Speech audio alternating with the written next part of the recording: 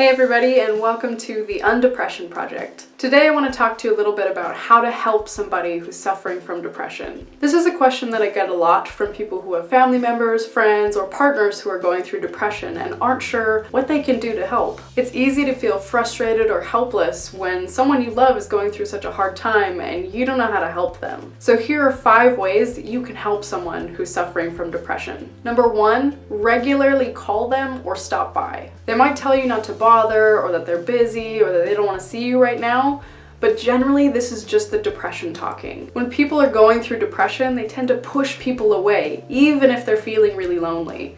It's just part of the way depression works. So making the extra effort to stop by and to regularly check in can be really important. Come by and bring tea or some food, snacks make everything a little better. And just hang out. That physical presence can make a really big difference. Texting, while okay, is really not good enough. Calling or being there in person is the best way to help somebody. You'll probably need to be the one who initiates hangouts and follows up with this person. Depression does this thing where it tricks you into thinking that no one cares about you, that you're a burden, or that you've become so boring to hang out with that nobody likes you anymore. On top of that, you can be physically exhausted. So going out of your way to make plans is really difficult. So to help, you'll need to take on more of the responsibility for social interaction with this person. You don't necessarily need to make big plans or go out. Just sitting beside each other on the couch watching some Netflix can be enough. That physical presence can be really healing for someone going through depression. And don't be discouraged if this person says they don't want to hang out or they don't answer the phone. Just keep trying. I know that could feel a little frustrating, but it's important to not shut down or turn off when they don't reciprocate as much as they usually would. Number 2, listen to them. Practice active, empathetic listening.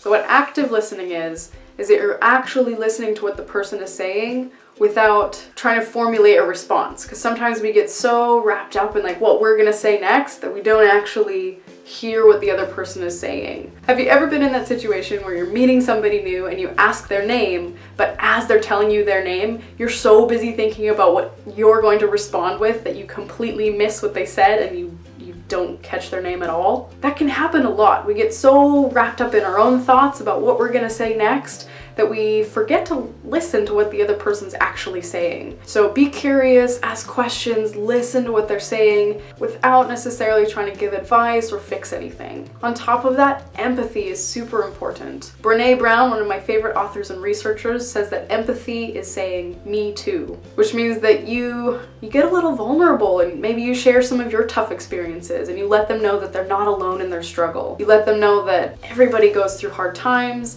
that you've been through hard times, you know how they're feeling, and that you're there for them and you'll help them get through this. This leads us into number 3. Let them know that you're not going anywhere. When someone's feeling depressed, it can be pretty hard for them to feel like they're being a good friend. Depression makes it difficult to do the things that you normally love to do, it affects your personality, and maybe makes you a little less fun than you normally would be. So if your friend is suffering from depression, letting them know that you're not going anywhere is super important because they're gonna feel like you're gonna run away. Maybe deep down they know that you're their friend, but depression has this weird way of making you feel like everybody's gonna leave you.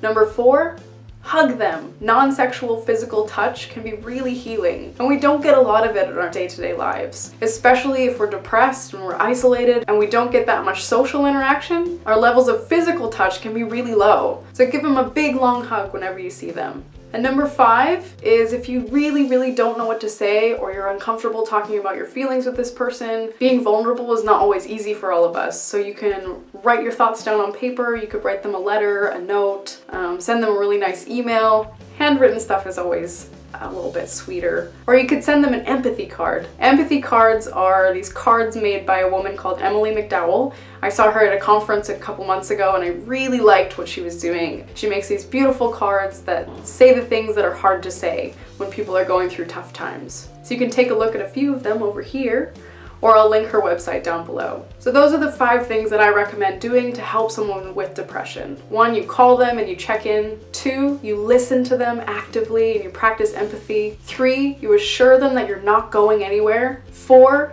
you hug them and show them physical attention. And 5, if you really don't know what to say write your feelings down and send them a letter or a card. If you liked this video, give it a thumbs up, leave a comment below on what you found was most useful, and then subscribe to the Undepression Project channel for more videos every Wednesday. And I will see you next week.